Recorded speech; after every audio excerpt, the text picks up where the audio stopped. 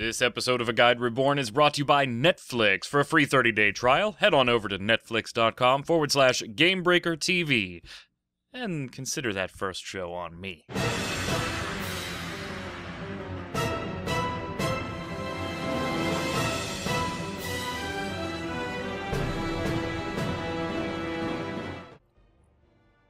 Hello, Internet Magic Man here once again from XIVNation.com, bringing you another episode of A Guide Reborn. This time we're taking a look at the four-man party instance, Dzemael Darkhold. This is about mid-40s. It's not part of your story quest, so you're probably going to get this from your grand company or just questing in the general zone. And if you are above level 47 or higher, you're going to be level synced down to 46. Now, there's one or two things I want to show you throughout the instance, so this might be a few minutes longer than normal episodes. Just want to call your attention to a few things, and of course, we'll hit all three bosses and the strategies for those bosses on the way through. First pool, no big deal. The only reason I'm showing you this is because I want you to see something after the first pool. As far as crowd control goes, yes, there's going to be a little bit of that you're going to want to do, but if you have a decent tank, the chances are you may not even use a lot of crowd control. This entire instance focuses on testing all three of you. First boss is going to test the tank. The second boss is going to test your DPS's ability to move, and the third is going to put the healer under a little bit of pressure, but the second boss actually does that too. So we'll take it one step at a time. I'll give you everything you need. Right off the beginning here, once you've downed that first pool, you see an enemy appears, and if you turn around and take a look, there's an all-seeing eye that flies around you. Oh, can't really do anything with him. You're not going to damage him. And right there you see Eyes on Me just took a grand off of me. That's the attack that the all-seeing eye does, is it flies through the zone. There it is again. Now I'm going to move into the crystal here so that you can see a comparison. If I get hit with this again, I'm in the purple crystal light, and Eyes on Me isn't going to do anywhere near 1,000 hit points of damage. Now, my healer was on that one, so no problem. I didn't get hit with it again, but it takes off like 90%. Remember that mechanic. Stand in the crystal's light. Also, one other thing that you need to be aware of in the instance, because it does pop up a few different times, are these switches, these Magitech terminals. Not too much to do here. Go stand in the damn thing. It's not that hard. You probably could have figured it out. I'm saving you a second or two. If you're watching this video, then yeah, you got a little extra, I guess. If you stand in it, it counts down, and these switches unlock doors throughout the other portions of the instance. Later, these switches are placed in areas where AoE crystals are doing a pulse damage, so whoever's standing in them, all of us in this case, whoever's standing in them is going to take a little bit of damage as well. So don't go running into some of the later switches when you're low on health. Let the healer keep an eye on you. Once you've hit this room, you are on your way to the first boss, which happens to be the all-seeing eye. Now remember that crystal mechanic, because we're going to put the same thing to play here. This fight's pretty much all about your tank and your tank's ability to move things, kite things, turn things, particularly later in the fight, and keep everybody pretty tight close together, but also safe. So nice little tank check around the mid-40s for you. Tank's going to pick up the all-seeing eye, and you see we already have one huge crystal to the right with a big purple glow around it. As we pan the camera to the left here in just a second, you'll see two more crystals, one immediately to our left, and then one to the back and left. And we're going to be moving between those crystals, because unlike the crystals in the hallway getting here, these ones, for some reason, the power gets drained from them and they just don't work. Now, just like in the hallways, if the boss is not in the purple light, the boss is not taking damage. So right now you start to see the tank has to keep the boss in the purple light around the crystal, and everybody wants to stay in the purple light so that the eye's main attack does not nuke them for a grand worth of damage every single pop. So you can see things are going to kind of be clustered here. We went with a strategy where we pulled the boss to the very first crystal here on the right, and then we just cycled. We went to the left, We went to the back, and then the left, and then back to this crystal because they will regenerate over time. As far as the tank, what do you have to worry about damage-wise? There's only 3 main attacks in this fight. Now, the first one is right up your alley. It's a 90-degree kind of frontal thing. So you're going to get some damage there if you stand in it. Melee and range DPS, obviously, don't be in front of the boss. You won't have to take that cone attack. Then we have the Cursed Gaze. Now, the All-Seeing Eye is going to look at any one of the people in the party, and you're either going to get paralyzed or amnesia. If you have Insuna, obviously, be on the lookout for your party there. Otherwise, guys, use your consumables, help the healer out a little bit. And then, of course, we already talked about the main attack, which is Eyes on Me. That's why we're all standing in a Das Purple area. See, look, now Eyes on Me did 0 there because I'm standing right where I need to be. This is the typical formation you've got going with everything being pretty tight, close together. But everybody's in the right place. So as long as you can move from crystal to crystal and maintain this type of positioning, you're golden. But there are 1 or 2 other things that you are going to need to worry about, like those 2 enemies right there. Periodically throughout the fight, enemies will appear. Initially, they're no big deal. You can burn them down, and their attacks aren't all that grand or anything like that.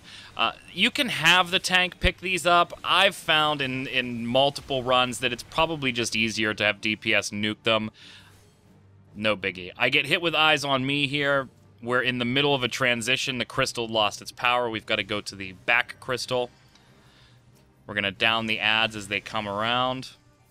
Tank is going to pick the All-Seeing Eye back up and reposition. Once the add is down, we go back to the boss. Later in the fight, these adds, however, start having their own telegraphed abilities on the floor that can do a pretty decent amount of damage.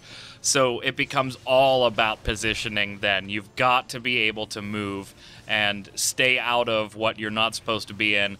Tanks, if you want to pick up all 3 at that point, not a bad idea if your DPS is having a hard time, or if you just want to give your DPS a chance to stay still and get their abilities off. Up to you guys and how comfortable you are with tanking at this point. Mid-40s, so you're still not you're not doing level cap stuff yet. You're probably still learning the last few abilities, but most tanks should probably have a good idea of what the hell they're doing at this point. Crystal dies. Let's move it on over to the other crystal. And didn't make it quite in time. 9:45 for Eyes on Me. Still got adds to burn down here.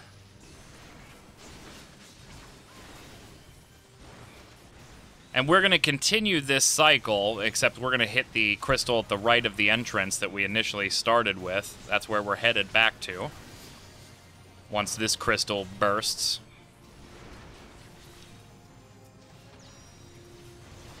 There go the adds. Those ones took a little long. You want to be a little quick on them, but it's not huge pressure. This is just the faster you get the adds down, the less needless healing that your healer has to do. So get them down fast. Everybody should switch to them. In that case, I was the only one on them at the initial crystal.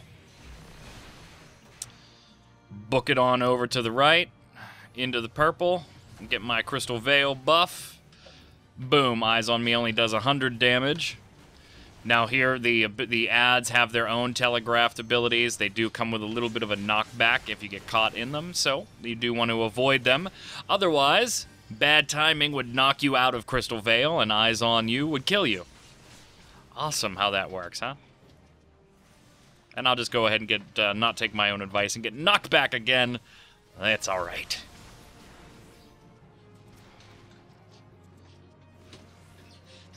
Almost there.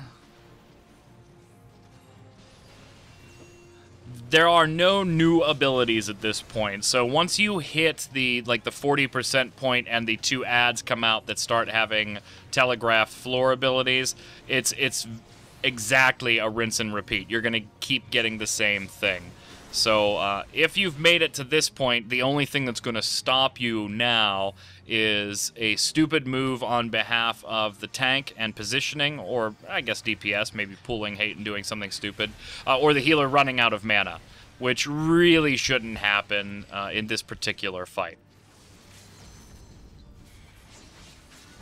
Get a little limit break action in here so we can call this fight a day.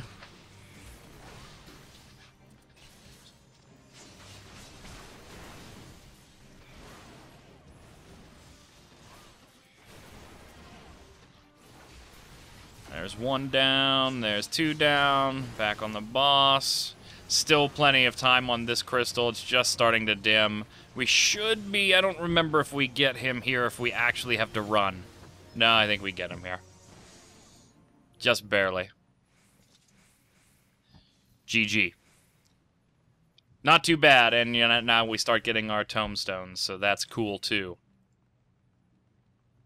That's your first boss. Before we jump into the second boss, I mean, this all-seeing eye, we're going to jump into the second boss, Tallard, but before we do, I want to show you, and I'll time-lapse this so we can buzz through it, because I've seen some groups miss this, and it's kind of sad to miss it, because there's actually a good amount of stuff to be had here. So now the crystals, once you've zoned, hurt you. They used to help you, and now not so much. They have an AoE pulse around them, so be aware of positioning when it comes to the red crystals. For the most part, from point A being the first boss, point B being the second boss, it's pretty much a straightish shot through a couple corridors and stuff with a couple of pools. But we'll speed this up a little bit because once you get to this little spot on the cliff, things get a little dicey. You can fall off this cliff on the right, so be careful. There is land down there, there are mobs down there. If you fall down, you're going to end up pulling them.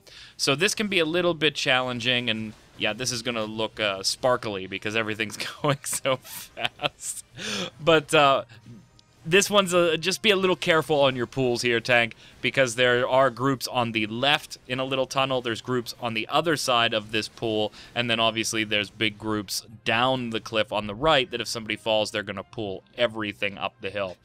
I do encourage you, though, to take the time and do the pools. Not only are you still getting experience at this point for most classes anyway, but at the bottom of the hill, make the rounds all the way down there because there's extra treasure, and pretty nice extra treasure.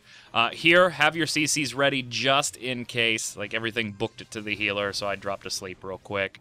Just have it ready because there's a good chance somebody's going to pull something that they didn't mean to at some point along the way here. Zippy zip zip, take out the hippogriffs.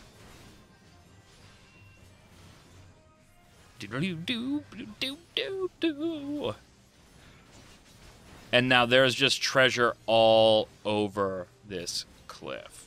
So take your time, get all the way to the bottom. You'll get 3 different, I believe it's 3 different treasure chests once you've made your way to the bottom. Clear out the cave. Here we go. Get your coffers. And then head on back up. Head on back up, and you're only 2 chests, sorry. Head on back up, and you are 2 pools away, 2 or 3 pools away from the second boss. So let's take a look. Runs in as you're standing out there. Now, this is all about everybody keeping your butt on the move. Tallard is a pretty easy fight as long as you're okay moving. Tank, pick up Tallard, put him right in the middle. As far as abilities around the boss, you've got a frontal attack and a rear attack, so melee damage dealers. You're going to have to be careful and just keep an eye on what's going on if you're trying to attack from behind. If you can get away with the sides, great. If you depend on a back attack, then just be aware there is an attack that you need to watch out for. Ranged DPS, not too much of a problem with those 2 abilities. You are going to have to stay mobile too. I'll show you why in just a second. Healer, this one can get a little challenging for you when you're trying to cast. Don't get buried under damage. If you do and you try to cast a big heal, there's a chance you're going to take some damage right to the face that's going to be bad timing. or you're just not going to get a cast off because you're evading damage as well. 4 enemies appear very quickly into the fight, and you'll see them run in and surround the ring at the top. Don't even bother with them. You can't target them. They do 2 different types of attacks. First, you see here, they're throwing fireballs. They target somebody, they throw a circle around them, and boom, a fireball hits that spot. They also do balderdash, which is just straight rock damage.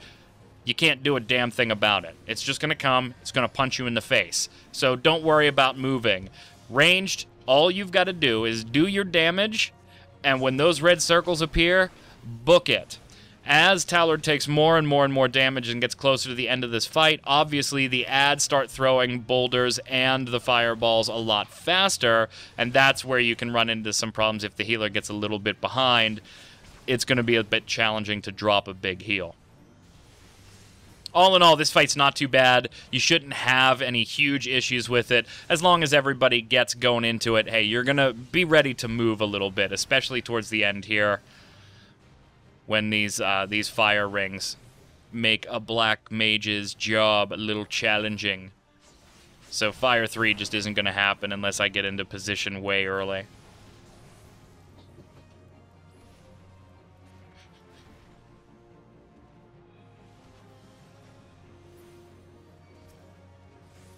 Burn, baby, burn.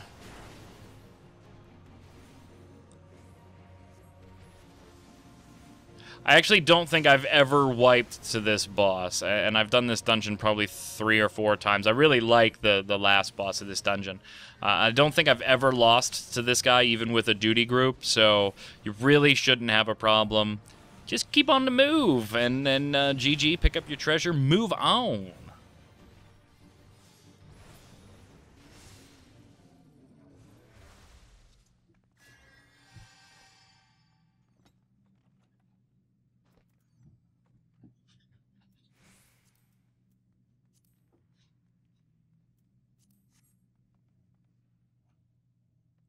Alright, last boss, Betrayal. Pretty badass boss. I actually really like this fight. The first time I did it, I was a bit confused, trying to figure out exactly what was going on with 1 or 2 of the mechanics. But once or twice through, you got it. It's a fun fight, and you have to pay attention. So there you go. One of our team members here in this duty finder did warn us that they were having some connection issues, and they apologized in advance if they die. This is a tough fight if you're having any type of lag, and God help you if it's the healer that has the lag. You're going to be in trouble. So the beginning of this fight isn't anything grand. Tank is going to turn it around. There's going to be an AoE damage against the melee. There's a random blast that's going to hit everybody and take down their health a little bit. Nothing too big of a deal, though. The healer should be able to keep everybody up just fine. At different points, though, Betrayal will run and kind of tether himself to a crystal. In this case, the crystal here. Tethers it with this big line. Everybody immediately needs to switch damage to the crystal because Betrayal is not taking damage at all. Betrayal will pick his next victim. In this case, it's me, and will target 3 of these devastation attacks, or desolation attacks. I think that is what they're called. I don't get hit by them here, so... those will, they'll hurt you. In fact, they will kill you. You have to get out of them, and so if you're lagging, that's bad news. Crosshairs appear on you. As soon as you see it, you know that you're going to get 3 attacks, unless you defeat the crystal. If you defeat the crystal mid-3, they're canceled. The rest are canceled. Once the crystal's done, back on Betrayal, burn, burn, burn, burn, burn, and we're going to do that exact same phase 2 more times, okay? We're going to do it once with the crystal that you can't see it. It's just forward and to the right around the corner here. And then we're going to do it with that crystal that you can see in the far left back corner. Just because you are not the one targeted with Desolation does not mean that you cannot be damaged by it. So you should be aware of where your party members are when you're shifting left and right to get out of Desolation. Alright, so I'm going to move forward. That's targeted at the healer there, so I know I'm fine. I can listen to the next couple go off and not have to worry about it. As long as the healer doesn't put that beam where I'm at, I'm in good shape. And so we'll burn this crystal down. Nobody gets targeted again, and back to the boss.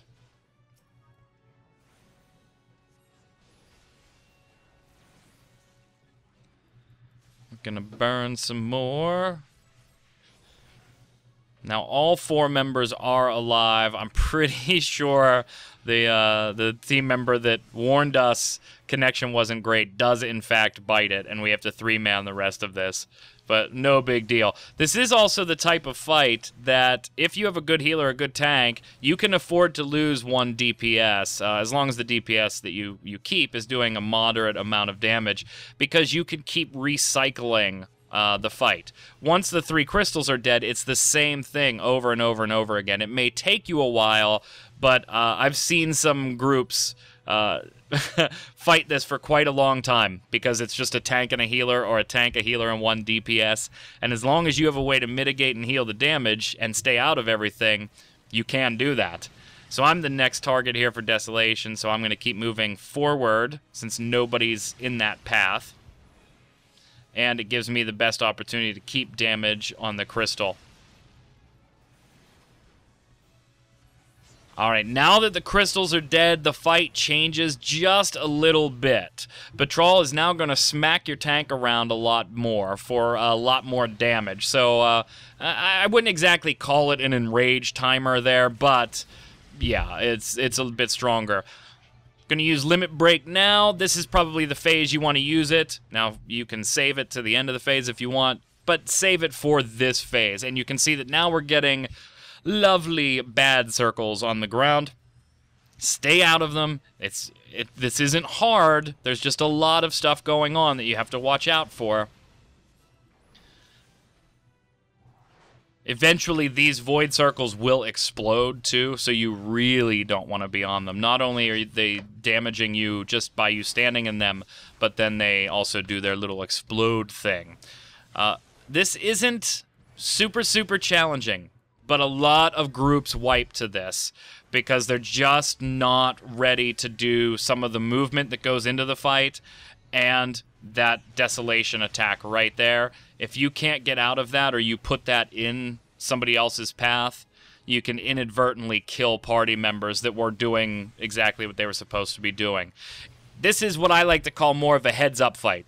Keep your head up, know the abilities, know exactly what you're going to do if you get the ability or if somebody near you gets the ability. Always have it planned in case the abilities pop around you, even if they're not on you, and just do what you do. It's not going to be long before Betrayal will be laying his ass on the ground and you'll be shouting, GG, loot that shit. Well, this has been another episode of A Guide Reborn. I'm Magic Man from XIVNation.com. I do hope you'll come by and check out all the other great content we've got there, including the XIV Reborn podcast, which is live on GameBreaker.tv every Tuesday at 4 Pacific time. I hope you'll join us. If you like this, click thumbs up, subscribe, put a comment below, and of course, stay safe, gang, and we'll see you out on the servers.